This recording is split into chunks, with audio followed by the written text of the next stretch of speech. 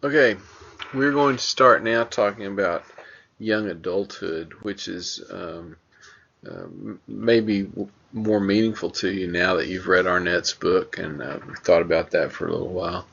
So, we're going to spend some time talking about some theories related to young adults, uh, some kind of foundational ideas in young adult developmental theory.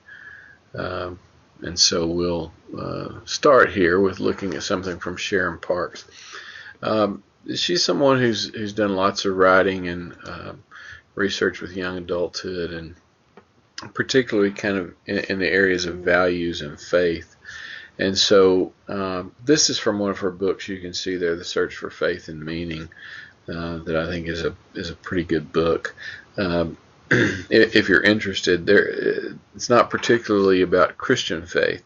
Um, Although she does address some of those things, but it's mostly about just the search for meaning and faith and value and that sort of thing in young adulthood. But she has this table that I really like because it kind of looks at you can see there on the left three different things: how we know, how we do independence, and how we think about community. And it shows particularly how that changes from adolescence into young adulthood and mature adulthood. So I think this is kind of useful because it gives us a kind of a good look at how some of these things maybe shift. So if you look first at forms of knowing in adolescence, you see that in forms of in how we know, how we think, our cognitions, our intellectual processing. In adolescence, it's kind of authority bound and dualistic. If you remember, when we talked about William Perry's theory. Perry's theory is that we come through adolescence very dualistic. Everything is black and white, us and them, either or, in or out, good or bad. And we don't deal with gray areas very well. In fact, we really hate gray areas. The other thing about it is, and this also comes from Perry, that we get our truth from authority. Now, that seems kind of uh, strange to us maybe when you think about adolescence being this time of rebellion and rejection of authority and that sort of thing. And there, that of course is in there, but it's really not. In terms of what we think we know, we still tend to get that from authority figures. Even if we fight against it and reject it, we think that truth comes from parents, teachers, pastors, youth pastors, leaders. We look for that and we want that, even if we fight against it. So the way we think as adolescents tends to be a kind of authority bound and fairly dualistic. As we move toward young adulthood in terms of knowing, we sometimes move through some relativism, that point where we think there's nothing that's true.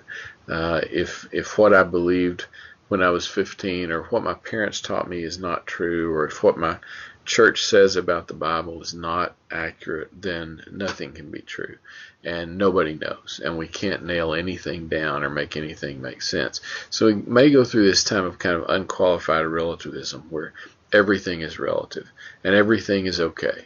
We can either say nothing's all right and everything is just a big, huge mess, or we may say anything goes, everything's all right. Whatever you think, whatever you believe, whatever makes sense to you, whatever's right for you, that kind of unqualified relativism. As young adults, though, we begin to move toward trying to make commitments to something. And this, depending on your adolescence and how you define adolescence, begins to happen maybe in high school, certainly in college, where we try to begin to make some kind of commitment to something.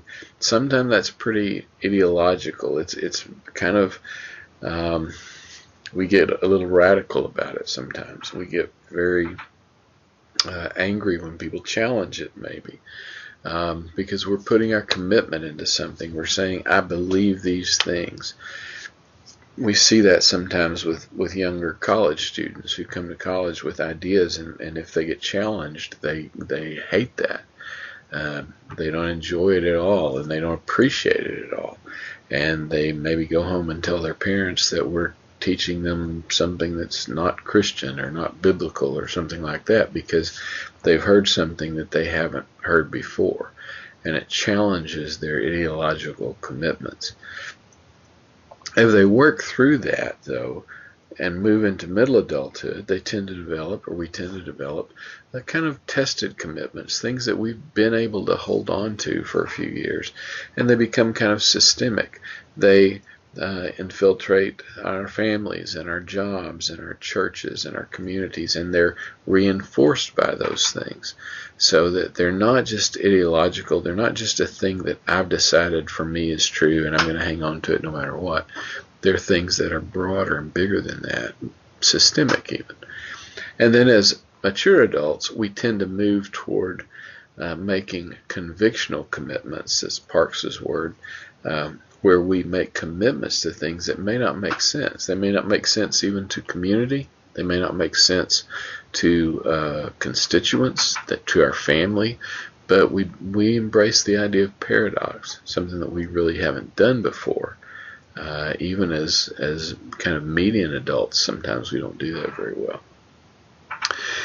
If we look at dependence, independence, in adolescence, we tend to be very dependent, and we're very dependent on lots of different things. We're dependent upon our parents. We're dependent upon our church. We're dependent very much upon our groups that we belong to, our friends, our peers, our clubs, our teams, those groups that we belong to. We're dependent on them for knowledge and for truth and for support and for understanding and all of those different things. Sometimes toward the end of adolescence, we move through something that we might call counterdependence, where we reject things like that. We begin to reject some groups, and we reject our family, we reject other things, and we're a little bit maybe counterdependent. We say, I don't need you, I don't want to be. We may call it independence, but it's maybe being kind of counterdependent, kind of pushing against the idea of being dependent on someone. But Parks and others say that as we move into young adulthood, one of the things that's really important is we begin to develop some inner dependence, some dependence on ourselves, the ability to think, I'm trying to figure out what I believe, what I think is true, what I can do, who I am. And I have to learn how to depend on that a little bit. Not totally, not exclusively, but that's something that begins to emerge for real in young adulthood, whereas maybe in adolescence, when we're starting to do that, it's that counterdependence. It's fighting against authority a little bit.